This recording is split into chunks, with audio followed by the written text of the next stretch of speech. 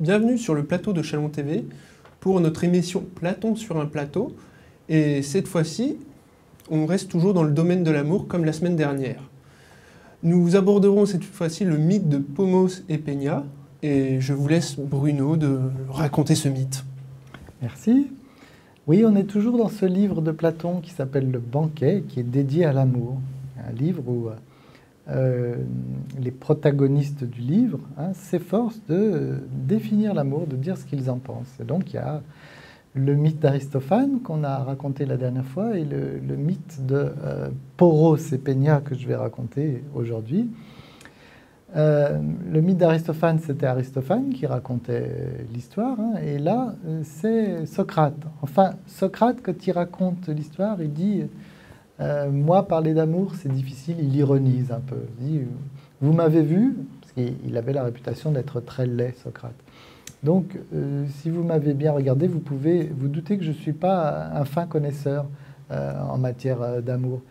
Et donc, je ne vais pas parler, je ne vais pas dire, moi, quelle est ma définition de l'amour, mais je vais vous rapporter ce que Diotime de Mantinet pense de l'amour, une femme.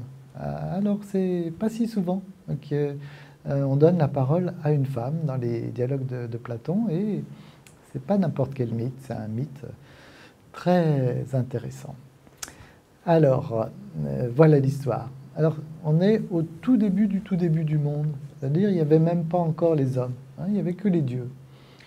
Donc, les dieux, ils menaient une existence plutôt oisive, ils avaient le temps de paresser, et en fait, la monotonie peut-être un petit peu de leur existence était rompue simplement par des fêtes, des grandes fêtes qu'ils organisaient. C'est le jour, le mythe nous raconte ce qui va se passer le jour où Zeus faisait une grande fête pour la naissance d'une petite fille bien craquante, on peut dire, la plus craquante peut-être de toutes, puisque c'est la naissance, pour fêter la naissance d'Aphrodite, la déesse de la beauté. Donc, la fête bat son plein de monde est invité à cette fête. Et, entre autres, il y a Poros. Alors, Poros, qui c'est? C'est le fils de Métis. Métis, c'est la déesse de la ruse. Et Poros, lui, c'est un homme assez chanceux, on pourrait penser, c'est-à-dire qu'il ne connaît pas le manque, Poros. Il ne connaît pas le manque parce qu'il a réponse à tout, il tient du côté de sa mère, il a toujours une ruse, un expédient qu'il peut mettre en place pour ne jamais manquer de rien. Poros, c'est celui qui ne manque de rien, on pourrait dire aussi, c'est la plénitude. Pas de place pour le manque dans sa vie, il est plénitude complète. Voilà, donc Poros festoie avec les autres et non pas que la soif le tenaille puisqu'il est manque, il ne connaît pas le manque, mais et voilà, on ne boit pas seulement parce qu'on a soif, on boit pour le plaisir de boire et un petit peu de s'enivrer. C'est ce qui arrive à Poros, il s'enivre, il boit un petit peu trop. Et donc, une fois qu'il est bien gris, il va faire un petit somme dans le jardin de Zeus pour récupérer après les excès de boisson. Voilà, ça c'est Poros d'un côté, puis il y a tous les autres invités qui festoient, puis il y a aussi Peña. Alors Peña, elle, c'est le contraire, c'est l'exact opposé de Poros.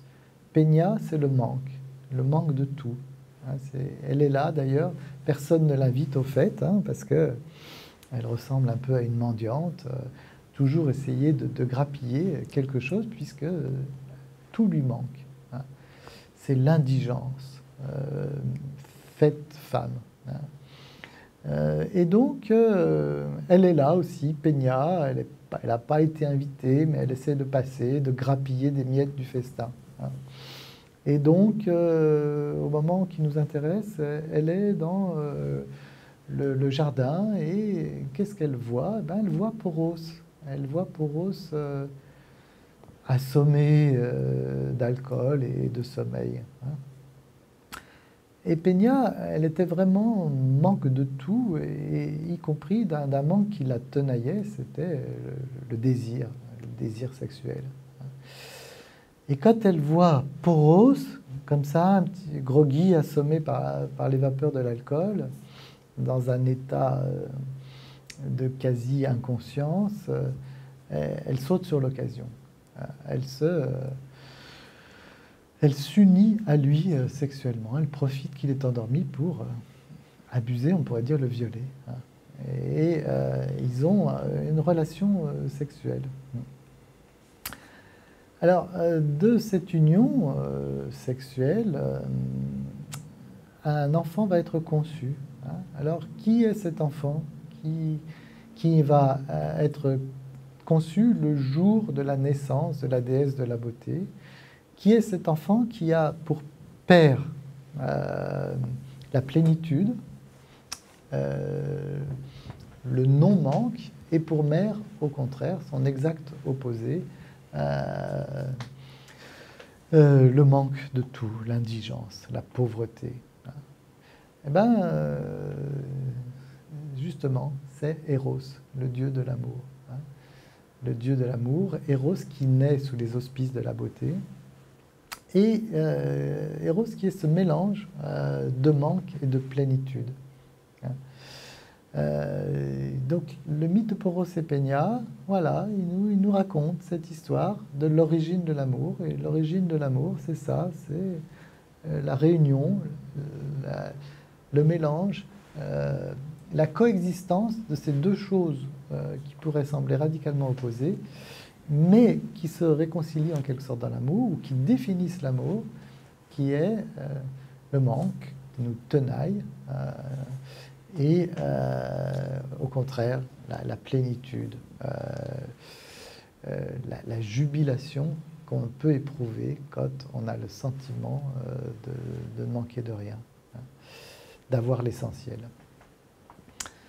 Donc voilà, cette histoire de Poros et Peña, et donc le mythe nous explique que, voilà, de par son père, l'amour, il a des qualités comme le courage, comme la ruse, comme la beauté,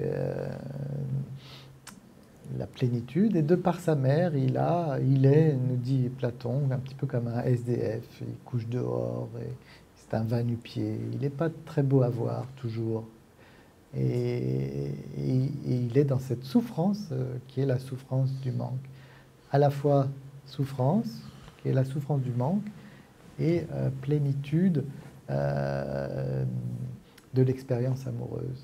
Voilà ce petit mythe, mais qui est pas n'importe quel mythe, hein, le mythe que Socrate, via Diotime, nous raconte. C'est quand même une version assez inhabituelle de l'amour. Contrairement au mythe de prince-princesse, on a une vision assez dure, assez inhabituelle de l'amour. Oui, en tout cas, c'est pas le monde des bisounours, hein, c'est pas le monde des princes et des princesses, comme vous dites, où tout le monde est beau, tout le monde est riche, tout le monde est célèbre, a du pouvoir. Pas du tout. Hein. L'amour, c'est plus compliqué que ça. C'est quelque chose qui est un petit peu plus difficile, l'amour. Et s'il n'y a pas cette dimension dans l'amour, qui est la dimension du manque, la dimension de Peña, la dimension on pourrait dire de la galère, ça ressemble peut-être à l'amour, mais c'est pas ça. Parce que l'amour, c'est tout sauf quelque chose de facile et de tout beau, tout propre. C'est quelque chose d'un petit peu plus difficile, l'amour. L'amour, il y a ça, il y a ce côté exaltant, courageux, beau, etc. Mais il y a aussi la chose un peu plus difficile. Hein, plus on aime, plus on a peur de perdre l'autre, plus donc le manque est là, etc. Des choses comme ça. C'est pas du tout une vision romantique de l'amour, mais c'est ce qui fait sa force aussi, sans doute. Bien, merci de nous avoir partagé vos explications sur ce mythe. En attendant, je vous remercie, chers téléspectateurs, de continuer à regarder Platon sur un plateau et nous vous retrouverons la semaine prochaine, toujours sur Chalon TV.